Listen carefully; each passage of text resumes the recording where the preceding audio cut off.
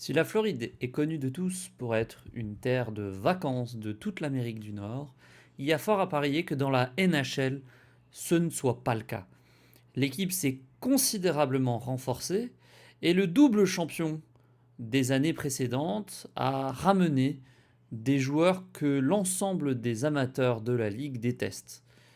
Dans toute histoire, il faut un grand méchant, et si c'était les Panthers de la Floride, le grand méchant?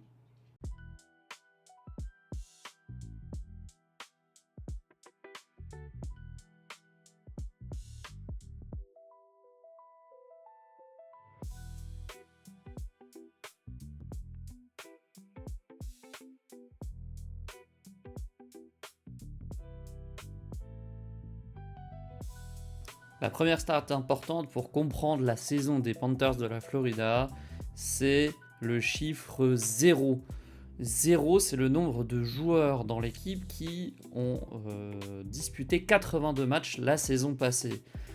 Oui, les Panthers de la Floride sont l'une des meilleures équipes de la ligue, mais ils ont été touchés par un ensemble de blessures assez incroyables. C'est l'équipe la saison passée qui a été le plus impactée. On peut citer notamment Barkov qui a raté l'intégralité de la saison, mais aussi Brad Marchand qui a raté une trentaine de matchs, Tkachuk qui a raté 50 et quelques matchs. Ça fait beaucoup pour une équipe pour espérer aller en série. On sait que l'équipe sort de deux finales remportées de la Coupe Stanley contre Edmonton. L'équipe a donc, à mon avis, usé de son capital santé au maximum et avait besoin de cette saison entre guillemets de repli pour envisager la suite avec plus de positivité. L'équipe est donc absolument pas en difficulté, c'est juste que c'était une saison dans la difficulté, des blessures. On va voir ça ensemble, mais je pense que les Panthers sont et font partie des favoris pour la saison prochaine.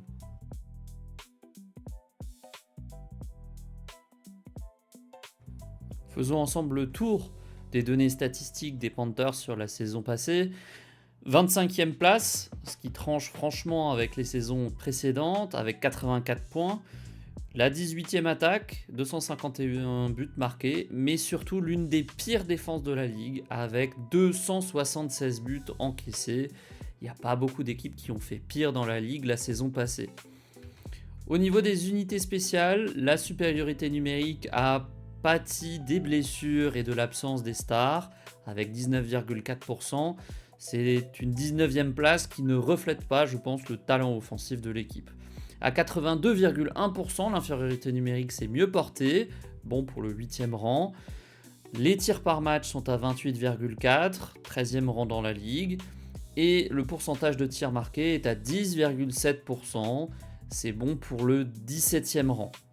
Alors vous l'aurez compris, difficile de vraiment retenir des performances individuelles dans tout ce marasme de blessures, mais si on devait en citer que 4, voici ceux que j'aimerais mentionner, avec Sam Reinhart qui met 61 points en 76 rencontres. Sam Reinhart qui est toujours un joueur de talent. Sam Bennett qui a également connu une saison correcte, mais on sent qu'ils ont manqué d'un centre numéro 1, à savoir Barkov.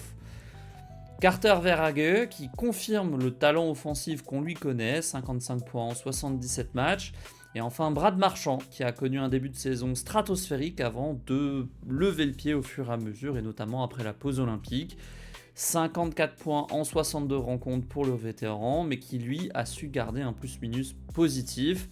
Brad Marchand qui se bonifie avec le temps et qui trouve toujours une solution et une façon d'être utile à son équipe. Au final, vous l'aurez compris, difficile de retenir et de tirer des conclusions de cette saison tronquée par les blessures. Et c'est pour ça que nous avons décidé de donner la note de 4 sur 10. L'infirmerie est le seul adversaire que les Panthers n'ont pas réussi à vaincre sur les 3 dernières saisons. Et c'est pourquoi il faut prendre la saison précédente avec des pincettes et envisager plus en profondeur la saison qui arrive.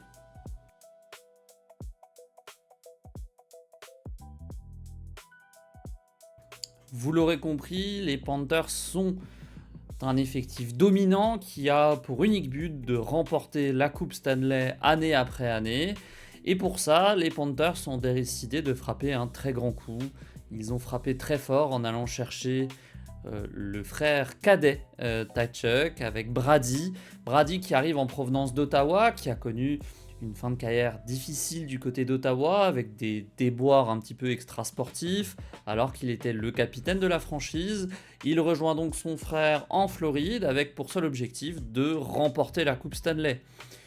On a décidé de faire un premier trio du coup avec Brady, Tkachuk, Alexander Barkov et Brad Marchand. Premier trio qui est capable d'embêter l'adversaire, de défendre aussi correctement puisque Barkov est le meilleur centre défensif de la ligue, tout en marquant un nombre de buts important. Cette première ligne semble tout à fait de calibre pour les playoffs notamment, mais ce qui est important à voir et à souligner avec les Panthers, c'est que la deuxième ligne est du même acabit. Entre Carter Verhaeghe, Sam Bennett et Matthew Tkachuk, difficile de voir une première ligne meilleure ou en tout cas moins performante que la deuxième ligne. Ces joueurs seront à mon sens interchangeables et même avec quelques blessures pourraient suffire à ce que les Panthers dominent la conférence Est. La troisième ligne est aussi excellente avec des joueurs capables de jouer dans les deux sens du terrain et notamment Luo Starinen que j'ai eu la chance de voir avec Anton Lundell au championnat du monde de hockey. Deux joueurs très compétents offensivement, capables de marquer, mais aussi très responsables défensivement. Ils vont avoir à cœur de jouer contre les meilleurs trios offensifs chaque soir. Autre arrivée, les arrivées de Lars Eller et Garnet Hathaway, qui sont là effectivement pour accompagner et approfondir le roster offensif des Panthers. Ils vont avoir un temps de jeu limité, mais des missions défensives bien précises et importantes pour l'équipe.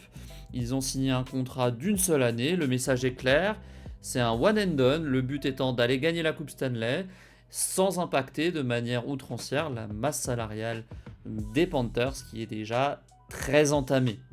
Si la masse salariale des Panthers est très entamée, c'est que la défense n'est pas non plus à négliger. Entre Gustav Forsling, Aaron Ekblad, Nico Mikkola, Seth Jones, Dimitri Kulikov et Radko Gudas, 6 défenseurs accomplis de la NHL avec une expérience importante. L'arrivée de Radko Gudas amène une profondeur encore plus importante à l'effectif, toujours à la recherche de cette Coupe Stanley. Gudas qui a signé un très long contrat mais avec un très faible cap hit, donc un contrat d'1,5 million mais jusqu'en 2032. Alors Gudas a déjà un certain âge, il a 35 ans. Ce contrat à mon sens est à la limite de ce qui peut être autorisé. Je ne serais pas surpris de voir les Panthers être sanctionnés, un peu à l'image d'un contrat de 17 ans qui avait été donné à Kovalchuk à l'époque, ou de 10 ans, je ne sais plus combien ils avaient donné. Mais ça ne m'étonnerait pas que la Ligue sévisse pour éviter ce genre de contrat qui, visiblement, va emmener Gudas jusqu'à un âge plus qu'avancé et il y a fort à parier qu'à un moment ou un autre, il va être placé sur la liste des joueurs blessés à long terme. Donc voilà. En tout cas, cette défensive fait peur. Elle est très forte, très dominante, en tout cas dans les deux sens de la patinoire.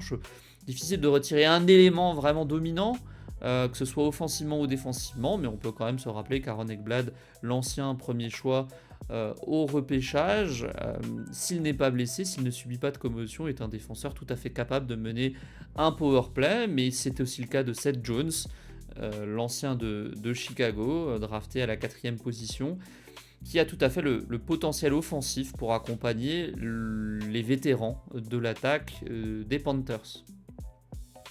Au but cependant du changement, le départ de Bobrovsky pour Toronto. L'équipe a vite réagi et avait même anticipé le départ de Bobrovsky en faisant venir Jacob Markström en provenance de New Jersey. Markström qui sort d'une saison peut-être un petit peu moins bonne avec des blessures et il est peut-être le seul point d'interrogation de l'équipe pour la saison prochaine. Il a signé un contrat de 2 ans et l'équipe espère qu'il saura produire au niveau qui a pu être le sien il y a quelques saisons.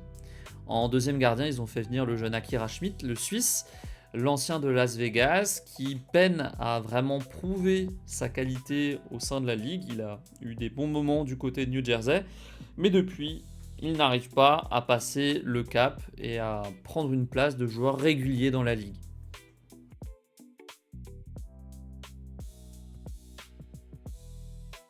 Vous l'aurez compris, c'est un effectif de stars, c'est un effectif de grands méchants, composé de nombreux joueurs peu appréciés. On peut penser aux frères Tkachuk, à Radko Gudas, à Brad Marchand, même si la cote de ce dernier remonte au fur et à mesure des années. Quoi qu'il en soit, l'effectif est armé pour la bataille des séries. Et je vois mal cette équipe subir une deuxième déconvenue, sauf à ce que les blessures s'enchaînent à nouveau. L'effectif est complet, offensivement comme défensivement, et même si une petite interrogation subsiste sur Markström, j'ai du mal à voir cet effectif complètement dégoupillé la saison prochaine.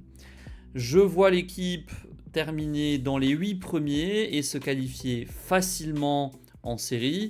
Alors facilement, attention, ils ont une division qui est compliquée. Pour autant, je pense que les Panthers pourront se qualifier dans les 3 premières places de la division et ainsi envisager un retour en séries éliminatoires la saison prochaine. On a maintenant fait le tour du sujet pour les Panthers de la Floride. Et d'une côte à une autre, il n'y a que 3 jours, effectivement, puisque la prochaine émission sera sur l'une des équipes de la côte ouest. Et on passe d'une équipe de vétérans à une équipe de jeunes premiers, avec l'une des équipes les plus excitantes de la ligue, les Sharks de San Jose. N'hésitez pas à me suivre, à me liker sur Instagram, sur YouTube et à commenter si éventuellement vous avez des choses à nous dire. C'est toujours un plaisir d'avoir votre retour. Je vous remercie encore d'avoir regardé cette émission et on se revoit dans 3 jours. Salut l'équipe!